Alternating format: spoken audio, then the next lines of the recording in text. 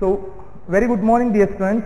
Now we will discuss like today there is a very important point for us, that is placenta.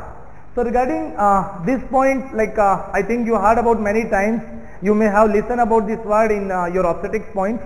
Placenta, one of the very important points.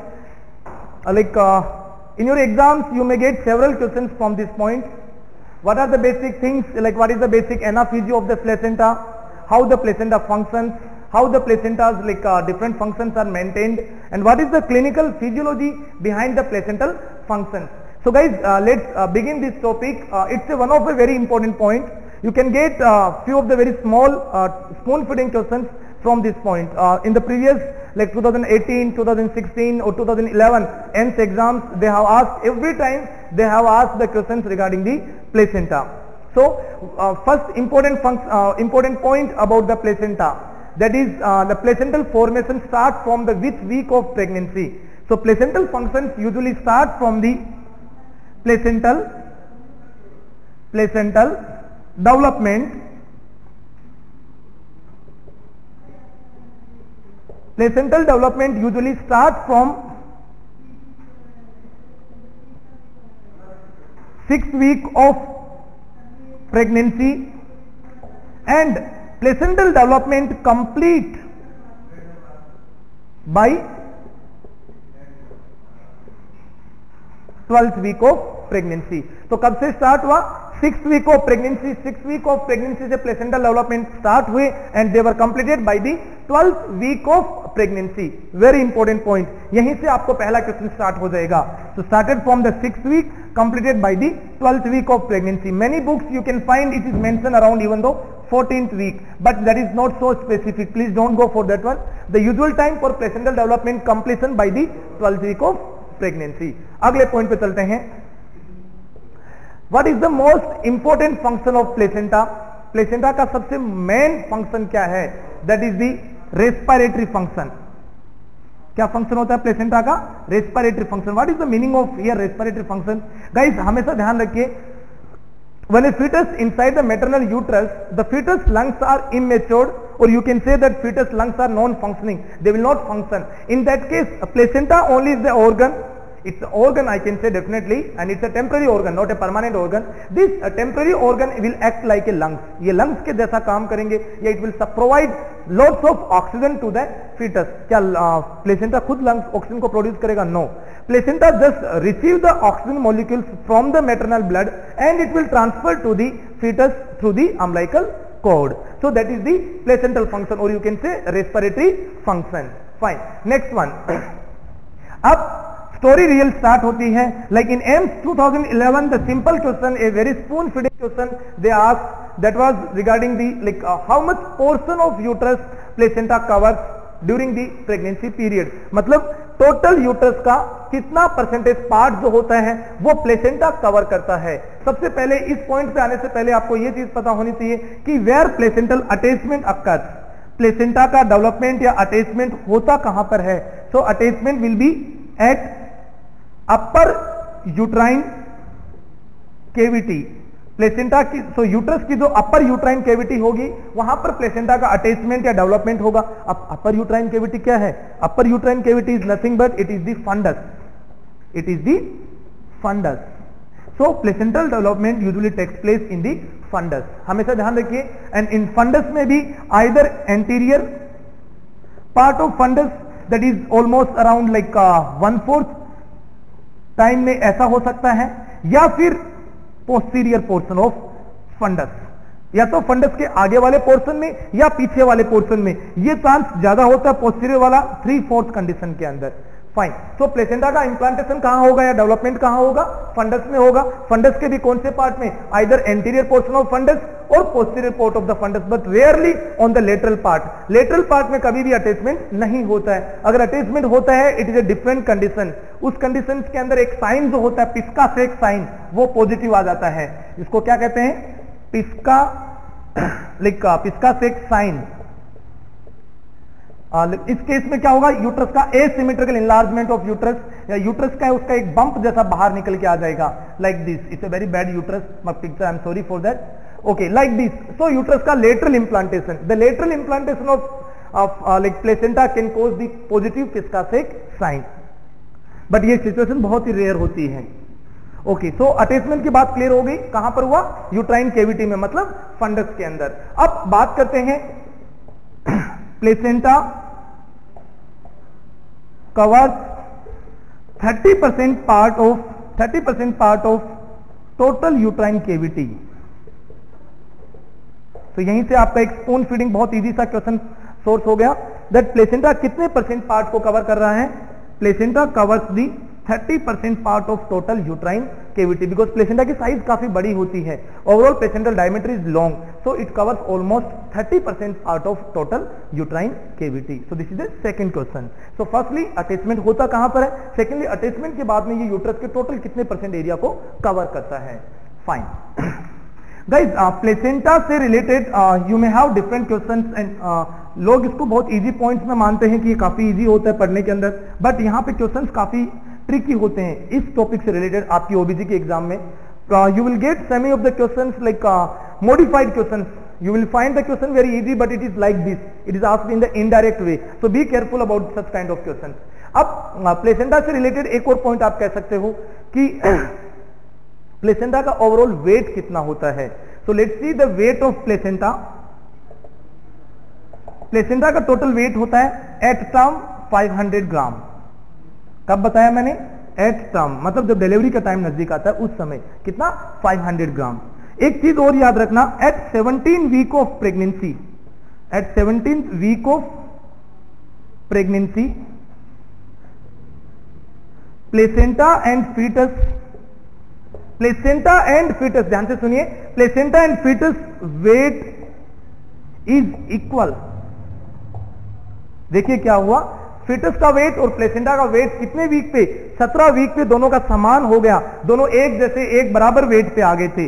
अब 17th week के बाद में baby जो होता है वो थोड़ा सा क्लेवर हो जाता है, चतुराई कर लेता है, वो अपना वेट रैपिडली बढ़ाता है, प्लेसेंटा पीछे रह जाता है. सो एट टर्म, कब बताया मैंने? एट टर्म इनका वेट रेशियो कितना होता है? किसका? बेबी का और प्लेसेंटा का वेट रेशियो. तो इनका रेशियो देखिए, ये ऊपर प्लेसेंटा, ये हो गया फीटस, इनका रेशियो हो गया 1:6. कैसे? मैंने टर्म पे प्लेसेंटा का वेट कितना बताया था? 500 ग्राम, और फीटस का weight at term approximately 3000 gram, that is the 3 kg. 3 kilo का नॉर्मली बेबी हो जाता है. तो फीटस का, प्लेसेंटा का वेट 500 ग्राम, फीटस का वेट 3000 ग्राम. आप इनको सब्ट्रैक्ट कर दीजिए, सेम वही आएगा 1:6. सो ये रेशियो भी याद रखना, another important question for your exam. So placenta and fetus का रेशियो एट टर्म कितना होता है? 1:6. जबकि 17th वीक पे दोनों बराबर वेट पे थे, दोनों का रेशियो 1:1 चल रहा था, बाद में चेंजेस हो गए. Alright, so this is about the weight of placenta. That is usual weight is 500 gram, and fetus के weight के साथ अगर कंपेयर करोगे, you should speak that the ratio is 1:6.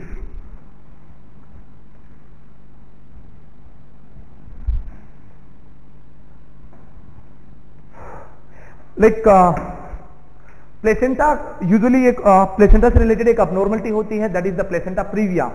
Placenta previa की सिचुएशन में क्या होगा? The placental implantation that takes place into the lower uterine segment. देखिए मैंने बोला था कि प्लेसेंटा जो है वो हमेशा अपर यूट्राइन सेगमेंट में इंप्लांट होता है, मतलब इस लोकेशन में. अगर suppose if placental implantation takes place in the lower uterine segment, what will happen? Like इस एरिया में या इंटरनल ओवस के ऊपर, ये सारी सिचुएशन क्या कहलाती हैं? Placenta previa. तो प्लेसेंटा प्रीविया के लोकलाइजेशन के लिए, मतलब लोअर यूट्राइन सेगमेंट में प्लेसेंटा है या नहीं है, उसके लोकलाइजेशन के लिए हम लोग क्या करते हैं? We are doing the USG, we are doing the ultrasonography in 3rd trimester. कौन से ट्राइमेस्टर में? 3rd ट्राइमेस्टर में. So why we are doing the ultrasound in the 3rd trimester? For the localisation of placenta, कि भाई placenta है कहां पर. Placenta अपनी पोजीशन चेंज कर सकती है, प्लीज याद रखना, up to the 2nd trimester. 3rd trimester में ये क्या होती है? फिक्स हो जाती है, अपनी जगह पे चिपक जाती है. So in the 3rd trimester placenta will be, in the 3rd trimester placenta will be fixed in the upper uterine segment. So in the 3rd trimester what we are doing? You are doing the USG. Why we are doing the ultrasonography? Just to check the localization of placenta. All right. So guys, till now we have discussed regarding the some of the basic things regarding the placenta. We have discussed regarding the weight of placenta, weight and fetus ratio of the placenta, localization of the placenta. Now let's see the few of the important characteristics of placenta.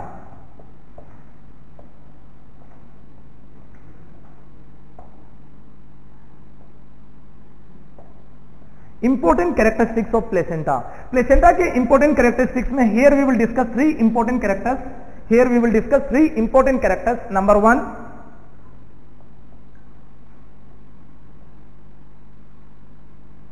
discoid shape. Placenta की shape कैसी है यहां पे? Discoid shape, that is the disc like shape.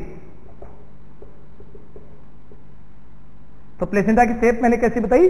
Disc के जैसी तस्री नुमा structures होती है, लाइक दिस. ओके, तो इसके अंदर आप याद रख सकते हो placenta thickness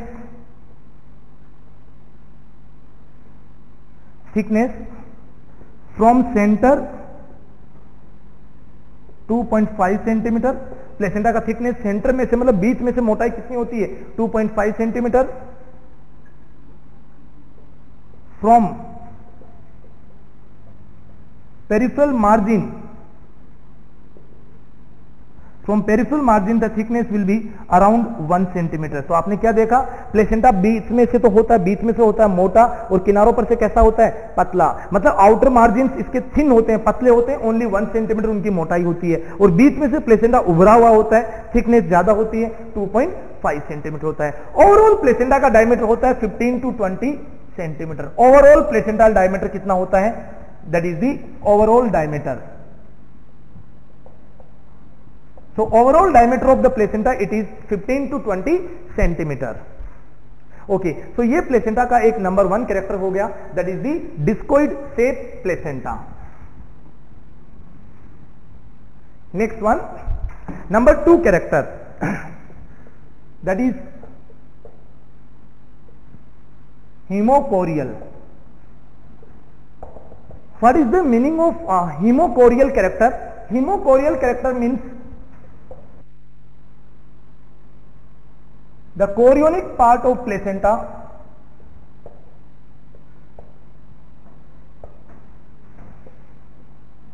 comes in direct contact with maternal blood. The chorionic part of the placenta it comes with the direct contact with the maternal blood. तो maternal blood के साथ इसका direct contact हो रहा है. That is the reason हमने इसको कैसी structure बताया है? hemochorial structure है, hemochorionic structure. Fine. ये इसका another second important function है placenta का. So note the function. I am extremely sorry. Second important characteristics. The third important characteristics of placenta it is the deciduate structure. Guys, deciduate structure means what? Deciduate means you can say temporary structure. Yes, obviously you can say it's a temporary structure. Means it will expel out immediate after fetal delivery. मतलब it's not a permanent organ. What did you understand? That it's not a, आपको ये चीज जरूर समझ में आई कि placenta is not an permanent organ, it's a temporary organ, it's a temporary structure. Placenta will definitely expelled out immediate after the placental fetal delivery. Placental separation कहां से होता है? जब डिलीवरी के समय प्लेसेंटा को एक्सपेल आउट होना होता है. प्लेसेंटल सेपरेशन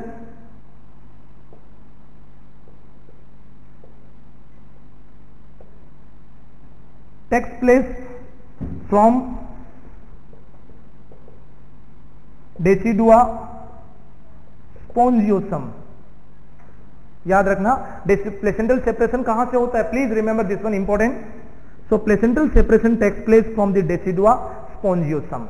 हमने डेसिडुआ स्पोंजियोसम वगैरह डेसिडुआ की स्ट्रक्चर्स के बारे में हमने डिस्कस कर लिया था अपना, जब अभी लास्ट सेशन में हमने एम्ब्रियोलॉजी पढ़ा था उसके समय। We have discuss regarding the decidua basalis, parietalis, capsularis. Parietalis और कैप्सुलरिस जो लेयर्स होती हैं उनके फ्यूजन से जो लेयर बनती है उसको हम क्या कहते हैं, स्पोंजियोसम। तो एक तो होगी डेसिडुआ बेसिलिस और नेक्स्ट जो लेयर बच गई डेसिडुआ की जो एंडोमेट्रियम की, that is called decidua spongiosum. So decidua spongiosum से डेसिडुआ का प्लेसेंटा का सेपरेशन जो होता है वो स्टार्ट होता है। All right, so my dear students, these are the 3 important characteristics of the placenta. ये 3 मुख्य कैरेक्टरिस्टिक्स होते हैं किसके, प्लेसेंटा के। Now let's see regarding the few of the important points या few of the important structures related to the placenta.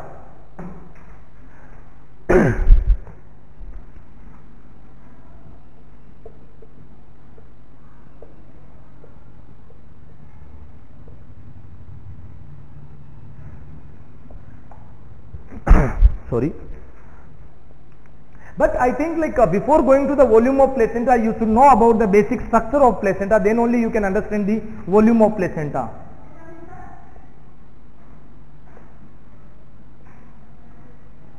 You should know about the basic structure of the placenta, like how the placenta is working, या what are the structures which are usually present in the placenta.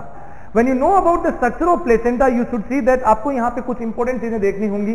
You should know that is the what is the fetal surface. What you should understand, what is the fetal surface and what is the maternal surface. So like structuring regarding the placenta or regarding knowing about the structure of the placenta, these 2 important things you must know.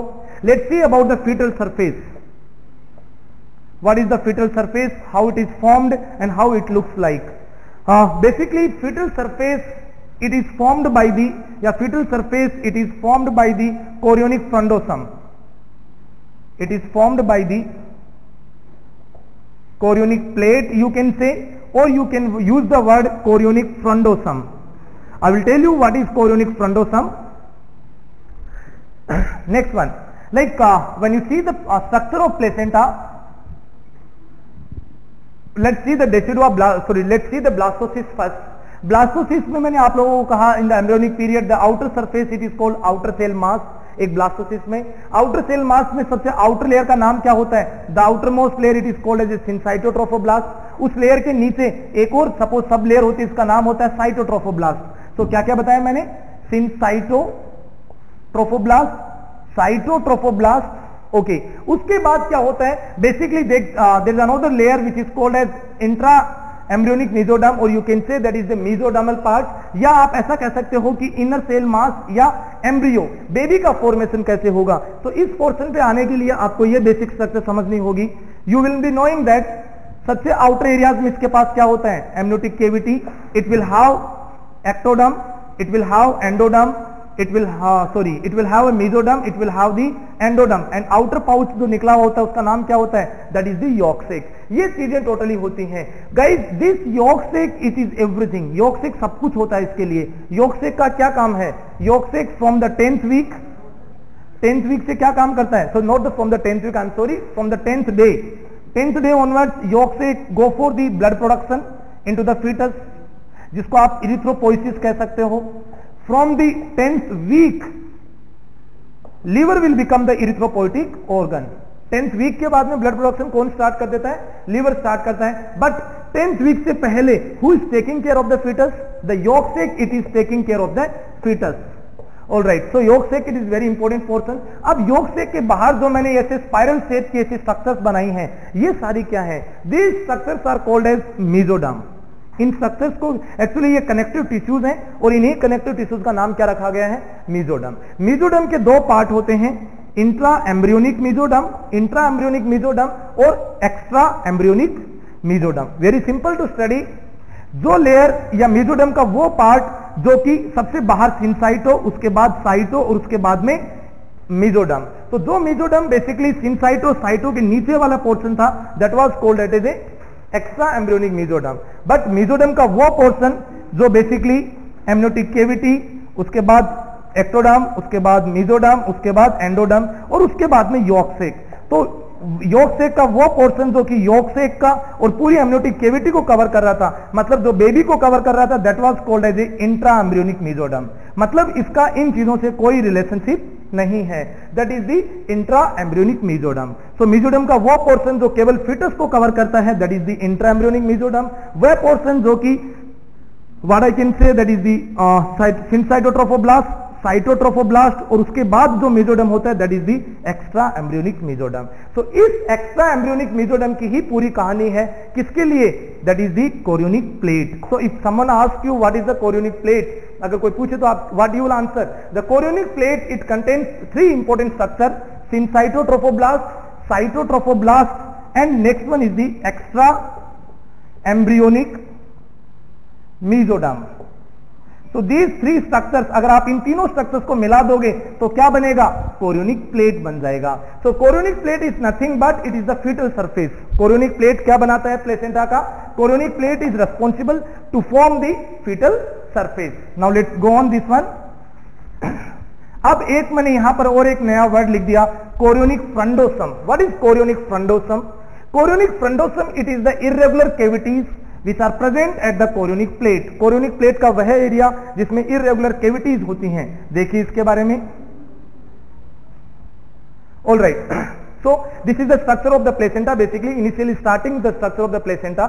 यहां पे मैंने जैसे suppose कीजिए ये जो irregular finger like projections को draw किया है, इन projections में सबसे बाहर आउटर लेयर होती है सिनसाइटोट्रोफोब्लास्ट की, उनके अंदर बेसिकली एक और सिंगल लेयर होती है जिसको बोलते हैं हम लोग साइटोट्रोफोब्लास्ट। उस सिंगल लेयर के अंडर में बेसिकली क्या होगा, मैंने आपको नाम बोला था एक्स्ट्रा एम्ब्रियोनिक मेसोडर्म, जिसको तीनों को मिलाया तो क्या बना? Chorionic plate. इस एक्स्ट्रा एम्ब्रियोनिक मेसोडर्म का जब ये बड़ी होती है, इसके थोड़ा सा टाइम एक्सटेंड होता है, इसका नाम बन जाता है कोरियोन। हम इसको क्या कह देते हैं? Chorion. So chorion is what? Chorion is nothing but it is the extra embryonic mesoderm. Now let's see that ये जो एक्स्ट्रा एम्ब्रियोनिक मेसोडर्म या जब ये कोरियोन ब्लड वेजल्स के अंदर में एंट्री करने लग जाता है, जब किसी ब्लड वेजल्स में या प्लेसेंटा में, जब इन फिंगर लाइक प्रोजेक्शंस में, ये एक ऐसा फिंगर लाइक प्रोजेक्शंस है, आपको यहां पे कोरियोन दिखाई नहीं दे रहा है, तो इसको हम क्या कहते हैं? इसको हम बोलेंगे प्राइमरी विलाई। ये कौन से दिन बनता है? फर्टिलाइजेशन के। It is formed on the 13th day of pregnancy. Next one, जब इसके पास कोरियोन एंटर करने लग जाता है, या एक्स्ट्रा एम्ब्रियोनिक मेसोडर्म भी कह सकता हूं मैं इसको, ये अगर आने लग जाएगा, it is become the secondary villi. इसको हम क्या कहेंगे? Secondary villi. ये कौन से दिन बनेगा? On 16th day of pregnancy. या आप यहां पे better note to use word pregnancy, use the fertilization. Fertilization के कौन से दिन? ऑन 13th डे और 16th day. So what is the primary villi, what is the secondary villi? Primary villi means these are the finger like projections at the decidual space but they don't have chorion।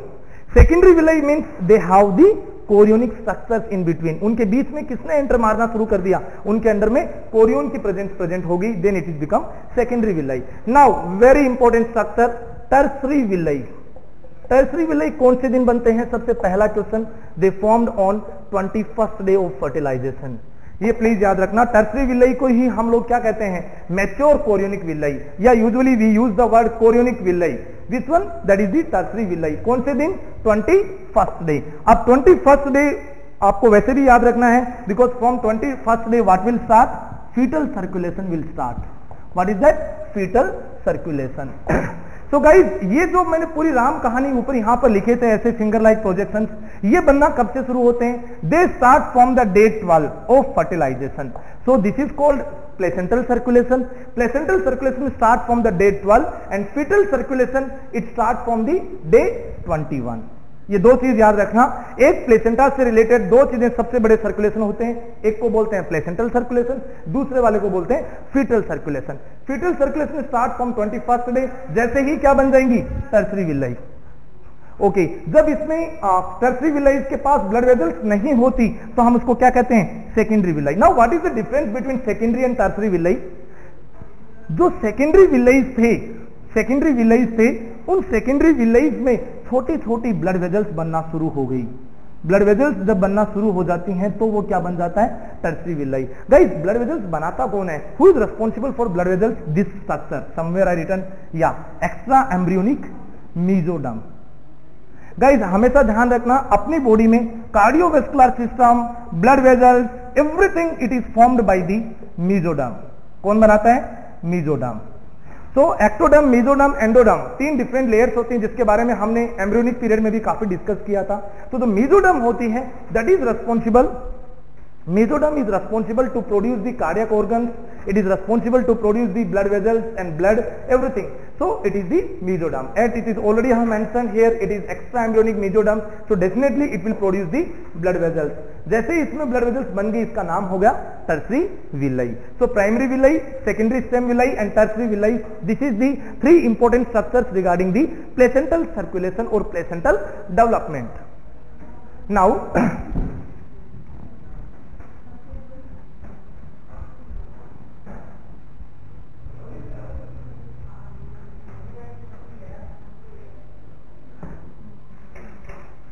Now let's see this, एक नया word आपके लिए add कर रहा हूं मैं यहां पे, stem villi.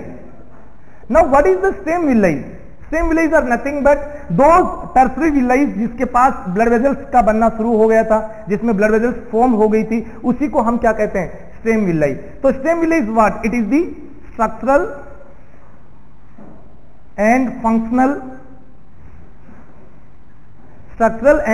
Functional unit of placenta.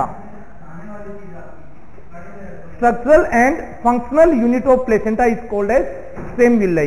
A placenta contains around या approximately 54 to 60 stem villi. एक placenta के पास करीबन 54 to 60 क्या होती हैं? stem villi होती हैं। And up around 3 to 4 stem villi, 3 to 4 stem villi they together form the 3 से 4 स्टेम विलाई जब एक साथ जुड़ जाएंगी they will form the cotyledons. वो क्या बनाएंगे? they will form the cotyledons, और आप इनको lobes भी कह सकते हो, placental lobes. So what is the cotyledons or placental lobes? You can say like this, 3 to 4 stem villi they will join together and they will form a one cotyledons or one placental lobe. So placenta के पास total कितने cotyledons होंगे?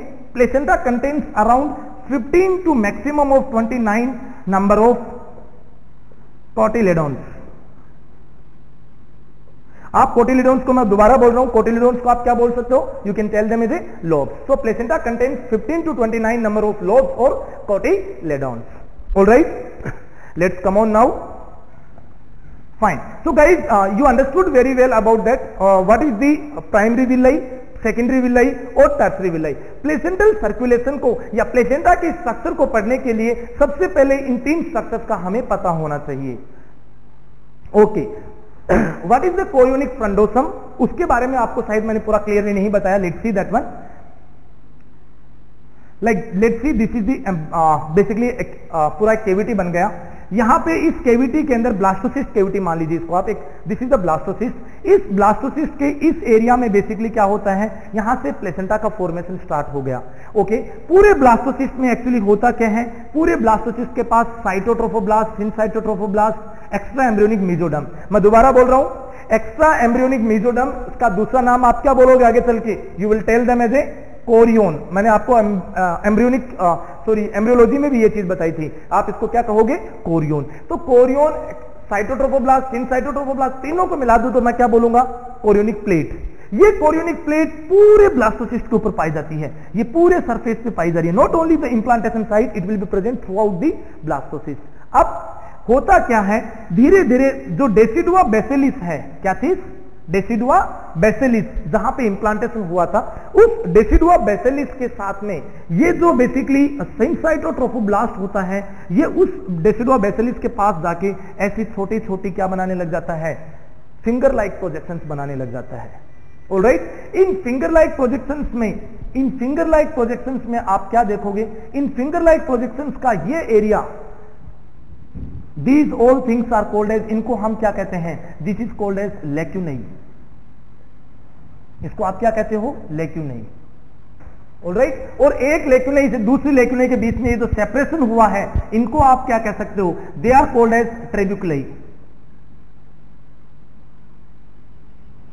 तो trabeculae means what, जो लेक्यूनाई को separate करते हैं उनको हम क्या कहते हैं, ट्रेबिकुलाई कहते हैं। और lacunae means what, these are the small finger like cavities. ये फिंगर लाइक बेसिकली स्पेसेस जो बनाए गए हैं, बनाया किसने, सिनसाइटोट्रोफोब्लास्ट लेयर ने, जो सबसे आउटर लेयर थी किसकी, ट्रोफोब्लास्ट की, उस लेयर ने ये काम किया। नेक्स्ट वन, अब थोड़े से टाइम बाद में ऑन द नेक्स्ट और सेकंड नेक्स्ट डे, 8th और 9th डे क्या होता है, इस सिनसाइटोट्रोफोब्लास्ट के नीचे लेयर्स बनने लग जाती हैं जिसका नाम है साइटोट्रोफोब्लास्ट। वो भी नीचे अपनी अंगुली करना शुरू कर देती है। तो नाउ व्हाट हैपेंस, सिनसाइटोट्रोफोब्लास्ट के नीचे साइटोट्रोफोब्लास्ट भी बनना शुरू हो गया। Alright, this is the decidua basalis site. Fine, उसके बाद ये जो कोरियोनिक प्लेट का जो कोरियन था, that is the extra embryonic mesoderm. बात समझ में आई? तो गाइस जब इसके पास लाइक व्हाट हैपेंस, जब इसके पास उंगली करना शुरू कर दिया था किसने, साइटोट्रोफोब्लास्ट ने, ये हो गया था क्या चीज, प्राइमरी, ये हो गया था प्राइमरी विलेज। कौन से दिन बताया था मैंने अभी थोड़ी देर पहले, ऑन 13th डे। जब इसके पास ये एक्स्ट्रा एम्ब्रियोनिक मेसोडर्म मतलब कोरियन ने उंगली करना शुरू कर दिया, नीचे बोला मैं भी पेनिट्रेट होऊंगा नीचे, I also wanted to go there, मतलब वो भी नीचे जाना शुरू कर दिए। तो अब इसका नाम क्या हो गया, now it become the secondary villi. कौन से दिन था, 16th डे। स्टोरी समझ में आई? All right. अब आपने क्या चीज समझा कि बाकी पूरा कोरियोनिक प्लेट तो एकदम शांत बैठा है, बाकी पूरा कोरियोनिक प्लेट तो एकदम से आराम से बैठा हुआ है। एंड क्या प्रॉब्लम है, प्रॉब्लम है तो बाकी जिस इंप्लांटेशन साइट में या जो डेसिडुआ बेसिलिस की साइट है उसी में प्रॉब्लम है, बाकी सब कुछ एकदम रिलैक्स। मतलब ये ऐसे कि लाइक जिस जगह पे इंप्लांटेशन हुआ उस साइट पे ये सब कुछ चल रहा है, बाकी पूरा एरिया जो है वो एकदम से रिलैक्स है। ऑलराइट, तो अभी तो ये जो कोरियोनिक प्लेट में तो सब कुछ आएगा, ये सब कुछ कोरियोनिक प्लेट है, इस पूरे को आप क्या बोलोगे, कोरियोनिक प्लेट, इसको भी chorionic plate, everything is chorionic plate now. Okay, जब इसमें तीनों स्ट्रक्चर सिनसाइटो, साइटो और extra embryonic mesoderm that is the Korean, तीनों मिक्स हो गए, नाम हो गया कोरियोनिक प्लेट। बट जिसमें प्रोजेक्शंस बनना शुरू हो जाते हैं, और प्रोजेक्शन के साथ जब कोरियन अंदर पेनिट्रेट कर जाता है और उस कोरियन में जब ब्लड वेजल्स निकल जाती हैं, तो ये एक सिंपल कोरियन नहीं है, it is a irregular structures of the Korean. और अब इसका नाम, इस जगह का नाम क्या हो गया, कोरियोनिक फ्रंडोसम। Chorionic frondosum. तो कोरियोनिक फ्रंडोसम टर्सरी विलाई जब बनेंगी तो तब तक आप इसका नाम दे सकते हो, उसी समय से स्टार्ट हो जाएगा कोरियोनिक फ्रंडोसम। सेकेंडरी और टर्सरी विलाई जैसे ही बनेंगी, by the time chorionic frondosum will be getting ready. तो टर्सरी विलाई कब बनती है, 21st डे को, जिस दिन फेटल सर्कुलेशन स्टार्ट होता है। प्लेसेंटल सर्कुलेशन स्टार्ट कब होता है, ये सारी चीजें स्टार्ट हो जाती हैं 12th डे के हिसाब से, डे 12 पे स्टार्ट होता है ये स्ट्रक्चर। तो डे 21 पे क्या होता है, डे 21 पे टर्सरी कोरियोनिक विलाई या कोरियोनिक फ्रंडोसम बन जाते हैं। तो chorionic frondosum means what, these are the irregular cavities या irregular lining of the Korean. Korean की जो इरेगुलर और जो इरेगुलर लाइनिंग है उनको क्या कहेंगे, rough area of the Korean. आप ऐसा कह सकते हो, rough area of chorion is chorionic frondosum. और जो स्मूथ एरिया है कोरियन का, जहां पे कोई इंप्लांटेशन नहीं है, जहां पे कोई इरेगुलर कैविटीज नहीं है, this smooth area of chorion is called as a chorionic laeve. Chorionic laeve या लेवई। ओके, सो डिफरेंस समझ में आ गया आपको। कोरियोनिक फ्रंडोसम जो होता है, this is forming the fetal surface. ये क्या बना रहा है, फीटल सरफेस को फॉर्म कर रहा है। तो I have clearly explain you now what is the fetal surface. Fetal surface पे आपको क्या दिखाई देगा, फीटल सरफेस में आपको मिलेगा chorionic frondosum. Now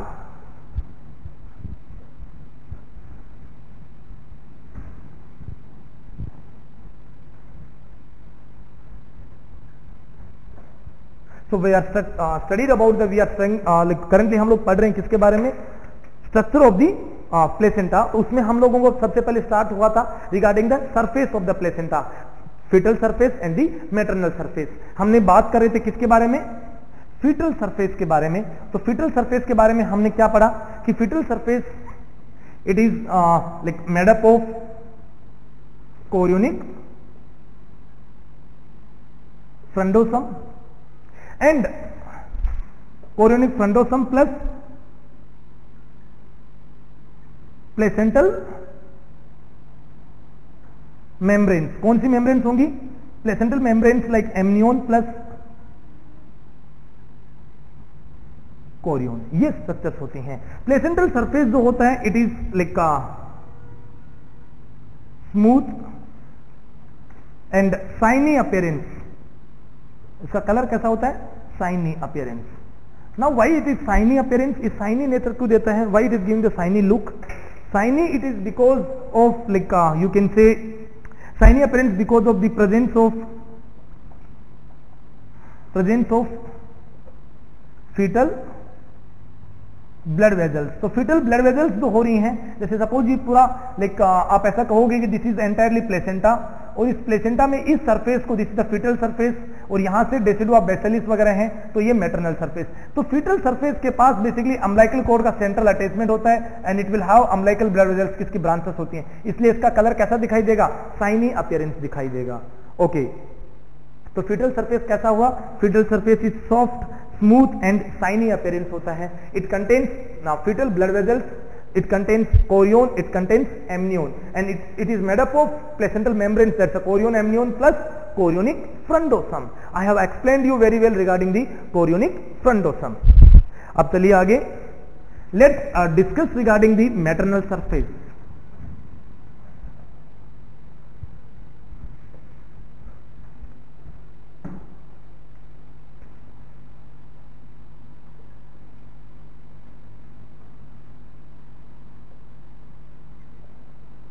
maternal surface. Guys maternal surface का मतलब यहां पर क्या होगा? Like maternal surface means it is ये वाला एरिया। लाइक अगर आप यूट्रस की बात करो तो लाइक दिस, ये प्लेसेंटा का यहां पर अटैचमेंट हो गया, दिस इज द डेसिडुआ बेसिलिस, और यहां से क्या आ रही हैं? ब्लड वेजल्स आ रही हैं, that is the spiral arteries और आर्ट्रियोल्स। तो इन सब की इस एरिया में यहां पर क्या होता है? देयर इज इरेगुलर ओपनिंग्स, तो इस एरिया में होते हैं कोटिलिडोन्स और स्टेम विलाइज। इसके लिए so what we can say, ये जो एरिया होगा ये डार्क एरिया होगा, ये रफ एरिया होगा, तो it's a rough dark area. ये कोरियोनिक मैटरनल सरफेस बनता किससे है? It is made up of decidual plate और यू कैन से कोटिलिडोन्स से। तो इस पे कोटिलिडोन्स और डेसिडुअल प्लेट का जो एरिया है, decidual plate means decidua basalis I am talking about, तो वो सारी स्ट्रक्चर्स यहां पर पाई जाती हैं। Next one, maternal surface will have, it will have many haemorrhagic spots. तो मैटरनल सरफेस पे क्या दिखाई देता है? मैटरनल सरफेस डार्क होता है, मैटरनल सरफेस जो है like it have many haemorrhagic spots. तो ये मैटरनल सरफेस जो होता है इट इज टोटल प्लेसेंटा का 1/5 पार्ट होता है, 1/5 पार्ट ऑफ टोटल प्लेसेंटा। कौन? मैटरनल सरफेस, प्लीज याद रखना। तो फीटल सरफेस कितना होता है?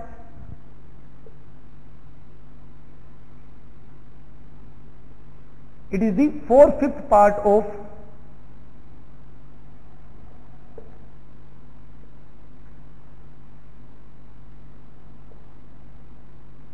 Total placenta. तो ज्यादा पोर्शन किसका हुआ? फीटस का पोर्शन हुआ। कितना? 4/5 part of total placenta it is the fetal surface and 1/5 part of the total placenta it is the maternal surface.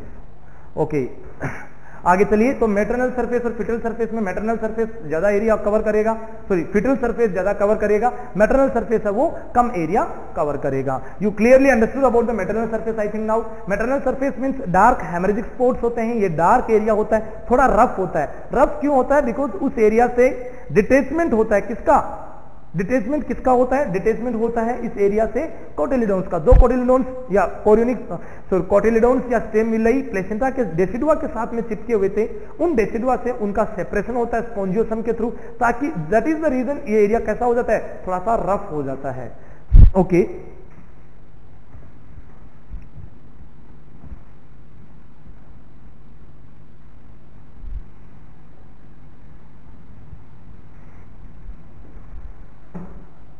Next one, अब कुछ एक इंपॉर्टेंट स्ट्रक्चर के बारे में बात कर लेते हैं, that is like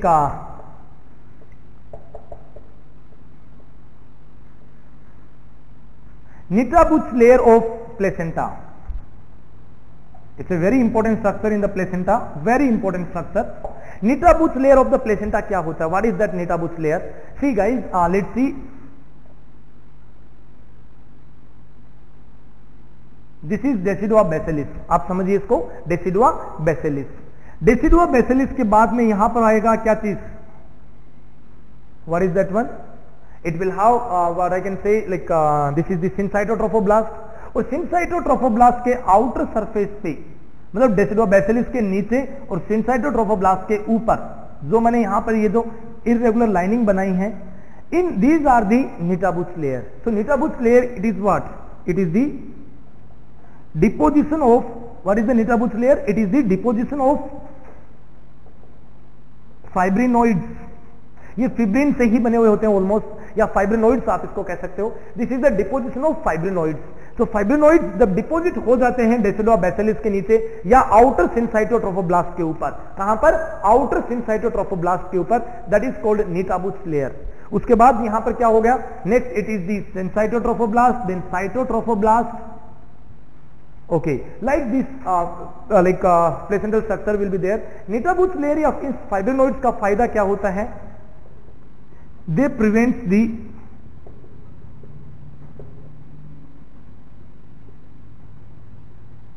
further deep penetration of placental layers. They prevent further deep penetration of placental layers in the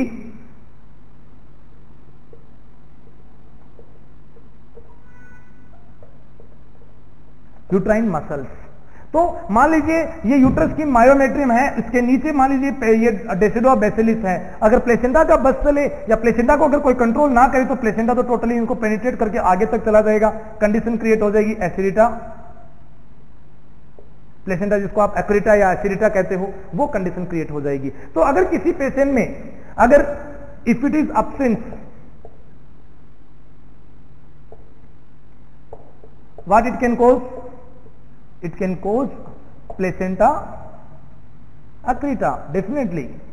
अगर नीटाबूच लेयर नहीं होगी तो क्या होगा? Placental membranes they will be penetrating deep inside the placenta and they can cause the placenta एक्रिटा। तो placenta एक्रिटा के होने का या कोज का बड़ा कारण है absence of Nictabooch layer, या there is a fibrinoid layer in the placenta. All right, one of the very important structure.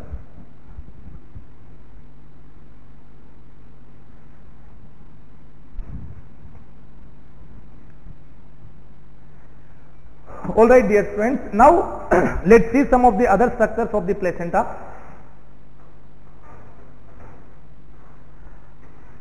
Okay.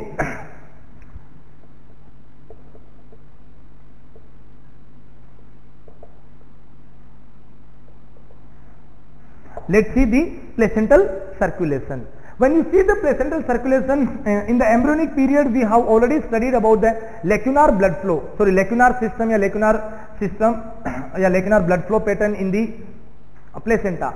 So like decidua basalis जो स्ट्रक्चर होती है, डेसिडुआ बेसिलिस की जो स्ट्रक्चर होती है, उसके नीचे लाइक नेक्स्ट स्ट्रक्चर का नाम क्या है? डेसिडुआ बेसिलिस के बाद में next structure that is the syncytiotrophoblast.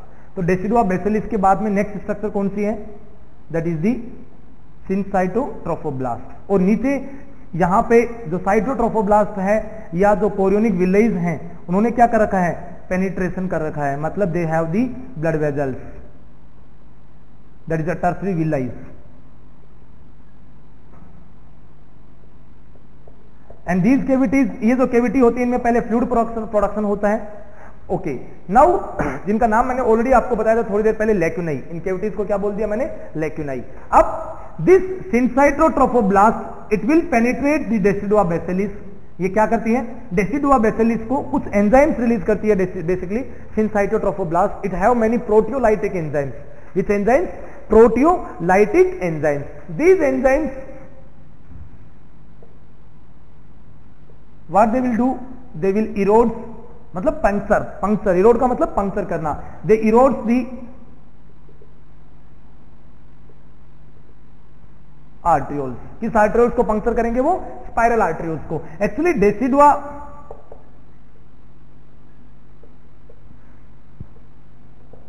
Decidua basalis contains some 120 to 200 number of arterioles या स्पाइरल आर्टरीज आप कह सकते हो, ब्रांच ऑफ स्पाइरल आर्टरीज या स्मॉल आर्टरियोल्स या ब्रांच ऑफ स्पाइरल आर्टरीज। कितनी 120 से लेकर करीबन 200 तक भी ब्रांचेस पाई जाती हैं, किसमें? डेसिडुआ बेसिलिस के पास में। तो क्या किया, इन ब्रांच को पंक्चर किसने किया? इन ब्रांच को पंक्चर किसने किया? सिनसाइटोट्रोफोब्लास्ट के प्रोटियोलाइटिक एंजाइम्स ने। ओके, अब क्या होगा? Now what will happen once like syncytiotrophoblast ने क्या काम किया? Puncture the arterioles. What will happen because of that? Which blood? Maternal blood enters in lacunae. ये जो स्ट्रक्चर्स थी, ये जो वाली छोटे छोटे गेप बने हुए थे, इनको क्या नाम दिया था मैंने? लेक्यूनाई। तो इन लेक्यूनाई में क्या होता है? Maternal blood will be entered. Okay, now ये जो बेसिकली लेक्यूनाई होते हैं, इन लेक्यूनाई को आप ऐसा बोल सकते हो यहां पे, these are the placental barriers. ये क्या है? They are the placental barriers से, मतलब प्लेसेंटल बैरियर्स का मतलब इनका क्या काम होता है? They prevent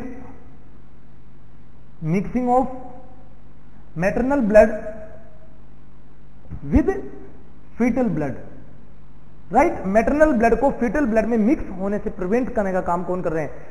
these are the placental barriers. अब प्लेसेंटल बैरियर में क्या चीजें आती हैं? What are the structures come under the placental barrier? Placental barrier का मतलब it contains like cytotrophoblast, chorion, it contains a chorion, basal epithelial,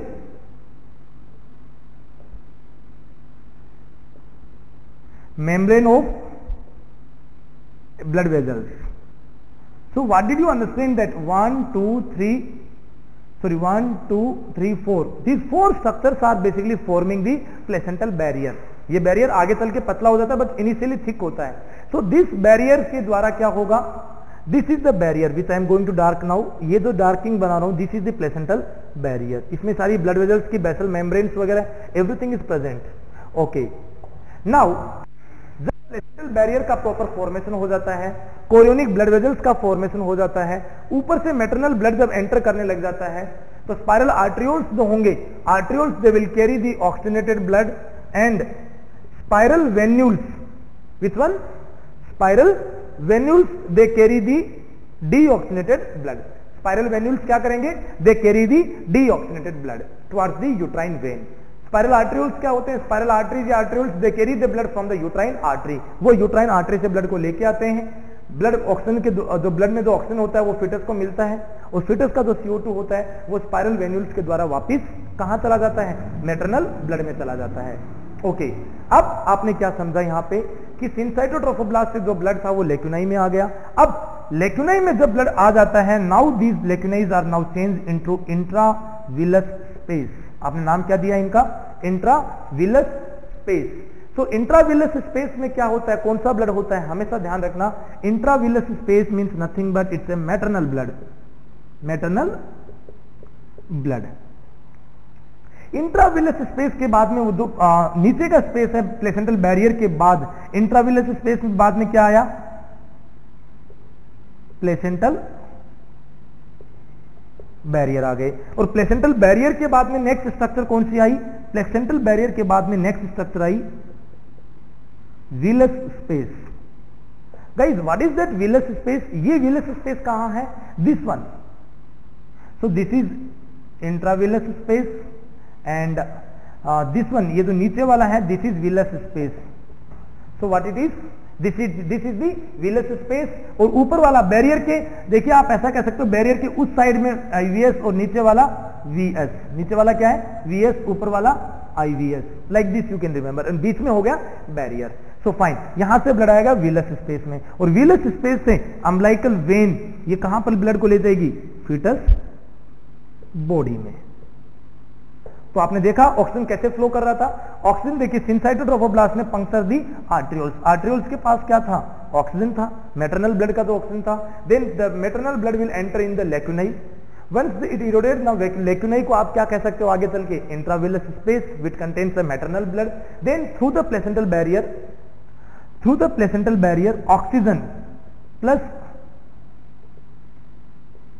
nutrients only, no RBC, no WBC, no platelets. I'm telling about that again, no RBC, no WBC, no platelets. From the maternal blood, from the IVS through the placental barrier, only oxygen, nutrients and hormones, they will be transferred into the villus space. किसमें, villus space में, और villus space से originate क्या होती हैं, umbilical vein carry the blood to the fetal body. This is about the placental circulation. ये क्या होता है, placental circulation होता है. So I hope that it is now very well clear for you guys about the structure of the placenta and regarding the placental barrier, regarding the placental circulation.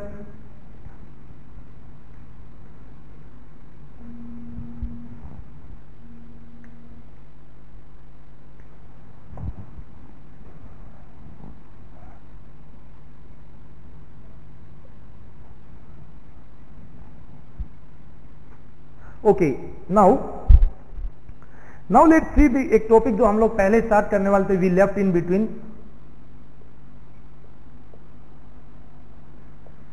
Volume of placenta. Placenta की क्या volume होती है, total volume placenta का जो होता है, total volume is 500 ml. Placenta का total volume कितना होता है, 500 ml होता है. उस 500 ml ब्लड में से लाइक 350 ml जो ब्लड है is fetal blood, or you can say that is the fetal surface blood, and 150 is the maternal blood. तो प्लेसेंटा का जो टोटल वॉल्यूम होता है, मतलब कितना स्टोरेज वगैरह कवर करता है प्लेसेंटा, 500 ml. उस 500 ml में से 350 ml क्या होता है, फीटल ब्लड होता है, and 150 ml is the maternal blood होता है. फिटस का कार्डियक आउटपुट कितना होता है, at term it is around 350 ml per minute. Fetus का कार्डियक आउटपुट की बात कर रहा हूं मैं, फिटस कार्डियक आउटपुट कितना बताया मैंने, around 350 ml per minute, that is the fetal cardiac output. Okay, so we are discussing regarding the volume of placenta, that is the maternal surface volume and the fetal surface volume. Fetal surface का volume होता है 350 ml, maternal surface का volume होता है 150 ml. क्यों ऐसा क्यों है, maternal ब्लड कम क्यों है, because maternal overall maternal surface भी कम होता है. मैंने कहा था प्लेसेंटा का टोटल सरफेस में से 4/5 सरफेस किसका होता है, प्लेसेंटा फिटस का होता है, मतलब 4/5 पार्ट, करीबन 80% पार्ट है फिटस का प्लेसेंटा में, तो डेफिनेटली फिटस का ही ब्लड ज्यादा होगा. और ओनली 20% पार्ट किसका है, मैटरनल सरफेस का एरिया है, तो डेफिनेटली प्लेसेंटा मैटरनल ब्लड भी कम होगा, दैट इज ओनली 150 ml. अब fetal blood flow in placenta, placenta में कितना फिटस का ब्लड फ्लो मूव करता है पर मिनट के हिसाब से, that is the 400 ml per minute. तो fetus blood maternal surface, sorry fetal surface में या फिटस के यहां पर कितना ब्लड फ्लो पैटर्न हो रहा है पर मिनट में, that is the only 400 ml per minute. And what is the maternal blood flow, that is around like you can से 600 to sometimes 750 ml per minute, that is the maternal blood flow pattern per minute. Around 600 to 750 ml per minute, that is the maternal blood flow, and fetal blood flow is around 400 ml per minute. Okay, this is about the volumes and the blood flow in the placenta.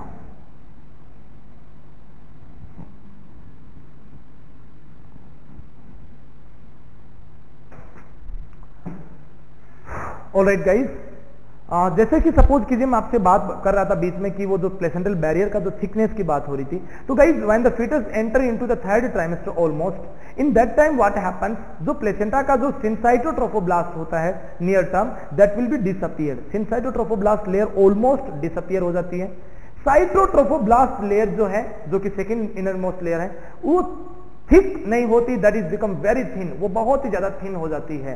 Now what is remaining only the basal membrane और epithelial membrane of the blood vessels, that will be only remaining between the maternal blood and the fetus blood, या IVS and VS. मतलब क्या हुआ, जैसे जैसे placenta का as बढ़ेगा, जो इंट्राविलस स्पेस और विलस स्पेस के बीच में जो गैप था, जो प्लेसेंटल बैरियर था, वो काफी कम हो जाता है। जब गैप और बैरियर कम होगा, what will happen, rapid exchange होगा गैसेस का, तो fetus will receive more amount of oxygen. Alright, वैसे भी फीटस के ब्लड का जो हीमोग्लोबिन होता है, उसका एफिनिटी ऑक्सीजन के लिए वो मैटरनल ब्लड से बहुत ज्यादा होती है। मतलब क्या हुआ इसका, मतलब ये हुआ कि फीटस के ब्लड में जो हीमोग्लोबिन है, उसकी बहुत ही ज्यादा हाई कैपेसिटी होती है किसके साथ बाइंड करने की, हीमोग्लोबिन के साथ बाइंड करने की, as compare to the maternal blood. तो उसको बोलते हैं affinity of haemoglobin. Alright guys, so now we have discussed regarding the different surface of the placenta, different structure of the placenta, intravillous space, villus space. We have discussed regarding the characteristics of placenta. We have discussed regarding placental implantation, volume of placenta also we have discussed. Okay, these are the few of the very basic introductory point या basic structure point of the placenta. अब हम लोगों ने अभी तक anatomy के बारे में डिस्कस किया, प्लेसेंटा का फिजियोलॉजी तो बहुत बड़ा बाकी है। Okay, so now let us move to the physiological point of the placenta. Guys, physiological point में enter करने से पहले let's discuss regarding these umbilical cord और umbilical arteries. अम्बिलिकल कोड के बारे में हम लोग आगे फर्दर डिस्कस करेंगे। अम्बिलिकल ब्लड वेजल्स के बारे में बात कर लेते हैं। जो अम्बिलिकल कोड होता है वो प्लेसेंटा को सेंट्रल पार्ट में अटैच होता है। प्लेसेंटा का जो सेंट्रल सरफेस होता है वहां पर अम्बिलिकल कोड का मोस्ट कॉमन अटैचमेंट होता है। ये जो अम्बिलिकल कोड है प्लेसेंटा से रिलेटेड या फिटस से जो अटैचमेंट है, इसकी स्टार्टिंग स्ट्रक्चर को हम लोग बोलते हैं कनेक्टिंग स्टाल्क। क्या कहते हैं, कनेक्टिंग स्टाल्क। आप बोलोगे सर कनेक्टिंग स्टाल्क का बना कहां से, कनेक्टिंग स्टाल्क जो अभी मैंने थोड़ी देर पहले आपको एक्स्ट्रा एम्ब्रियोनिक मीजोडम बोला था, क्या बोला था, एक्स्ट्रा एम्ब्रियोनिक मीजोडम, उसी मीजोडम से क्या बनता है, कनेक्टिंग स्टाल्क बनता है। कनेक्टिंग स्टाल्क आगे चल के क्या बदल जाता है, it become body stalk and body stalk will further change into the umbilical cord. यही आगे चल के क्या बन गया, अम्बिलिकल कोड बन गया। ओके, अम्बिलिकल कोड के पास 2 आर्टरीज होती हैं एंड इसके पास 2 वेन होती हैं। तो टोटल कितनी होगी, 4 ब्लड वेजल्स होगी, 2 arteries 2 vein. But like after 4 month क्या होता है, after 4 month right umbilical vein disappear या डीजनरेट और whatever it is you can say. कौन सी vein, right umbilical vein will become disappear. So now only one vein in umbilical cord। अब umbilical cord में 4 महीने के बाद कितनी बचती हैं, 2 आर्टरीज और 1 वेन ही रिमेनिंग रहती हैं। so this one also you should know about the umbilical arteries and vein।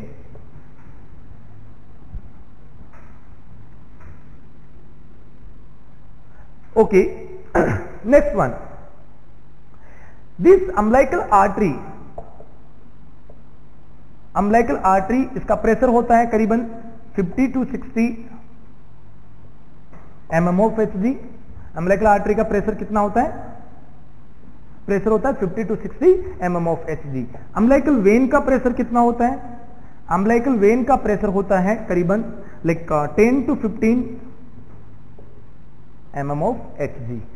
तो अम्बिलिकल वेन का प्रेशर कम होता है, आर्टरी का प्रेशर ज्यादा होता है। ओके, अम्बिलिकल आर्टरी में ऑक्सीजन सैचुरेशन कितना होता है, अम्बिलिकल आर्टरी में ऑक्सीजन सैचुरेशन होता है करीबन लाइक 50% एंड अम्बिलिकल वेन में SpO2 कितना होता है, 70 to 80%। ओके, अम्बिलिकल आर्टरी में ऑक्सीजन का सैचुरेशन कम होता है 50%, अम्बिलिकल वेन में सैचुरेशन ज्यादा होता है अराउंड 70 to 80%। अब बात करते हैं PaO2 की। तो अम्बिलिकल आर्टरी का जो PaO2 होता है, किसका? अम्बिलिकल आर्टरी का PaO2 that is the partial pressure of oxygen, partial pressure of oxygen, वो अम्बिलिकल आर्टरी का होता है करीबन 20 to 30 mm of Hg। I'm talking about the PaO2, please be careful। and umbilical when का जो PaO2 होता है that is around 30 to 40 mm of Hg। Normal एक ह्यूमन बीइंग का PaO2 कितना होता है? 80 to 100। लाइक एडल्ट ह्यूमंस में कितना होता है PaO2? That is the 80 to 100 mm of Hg। okay, so this is about the basic structures या basic things regarding the umbilical artery and umbilical vein।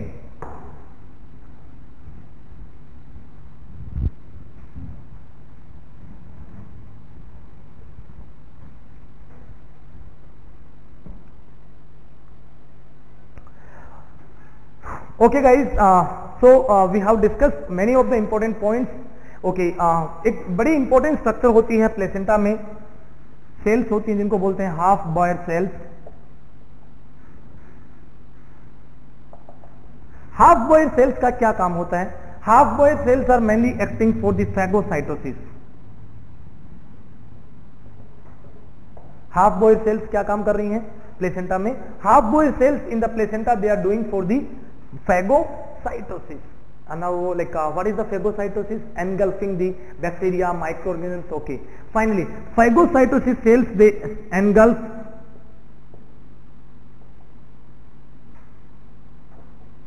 the maternal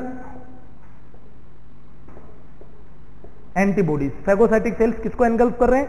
they are engulfing the maternal antibodies को। तो इससे क्या होगा, फायदा होगा? they prevent the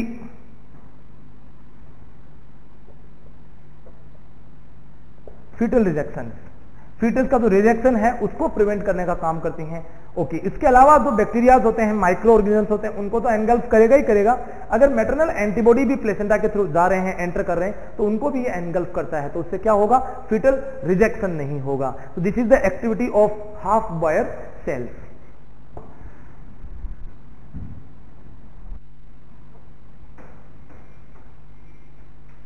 now guys, though we have discussed so many big points regarding the placenta, now let me discuss regarding the okay, हाँ, placenta की thickness के बारे में याद रखना। प्लेसेंटा की थिकनेस जो होती है वो 1 mm thickness increase with every week. 1 mm thickness increase at every week of placenta. Placenta के हर एक वीक के साथ में क्या होता है? प्लेसेंटा की 1 mm थिकनेस जो होती है वो इंक्रीज हो जाती है। जैसे प्लेसेंटा से रिलेटेड एक प्रॉब्लम आती है प्लेसेंटोमेगेली। कौन सी प्रॉब्लम आती है? प्लेसेंटोमेगेली। तो प्लेसेंटोमेगेली का मतलब क्या होता है? Large size of placenta.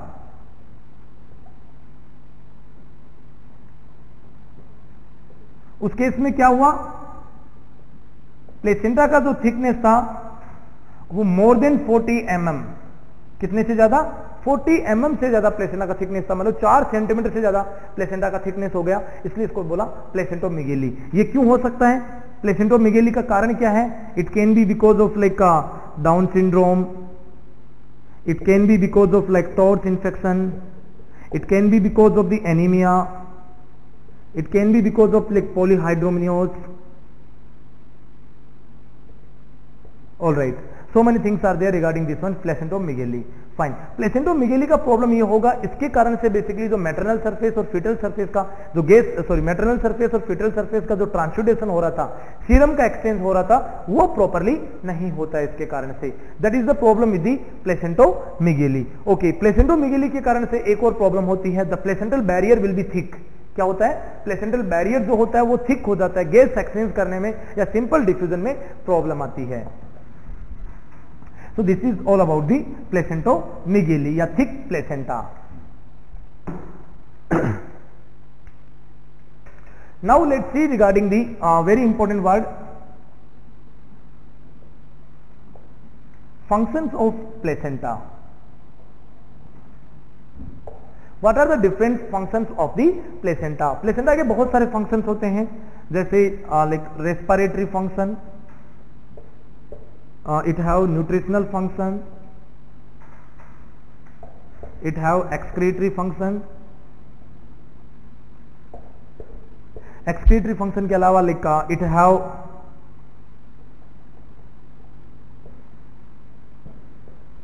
protective function, it have then hormonal function.